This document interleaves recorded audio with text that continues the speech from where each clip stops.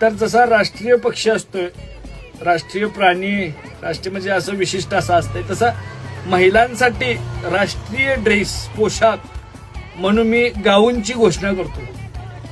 काय झालं, परवा दिवशी एका हळदी कुंकवाच्या कार्यक्रमाला ऍज अ चीफ गेस्ट म्हणून गेलतो मी.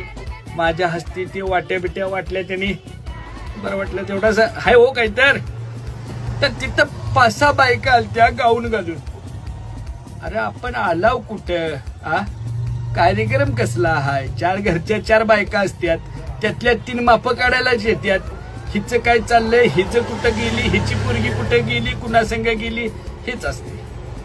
त्यामुळे ते कुठं आलं ती पाहिजे ना, कुठं जाईल तिकडे तो गाऊनच.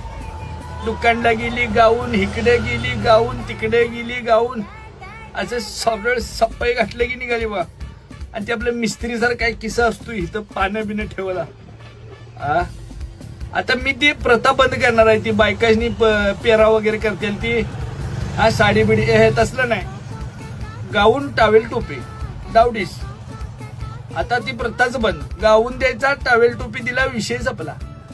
काय त्याच्या आईला ते पेंगविन चालले का ते गाऊन घालून टुनुक टुनुक टुनुक. त्या गाऊन बरोबर एक ओढणी कंपल्सरी लागते, शास्त्र असतंय ते.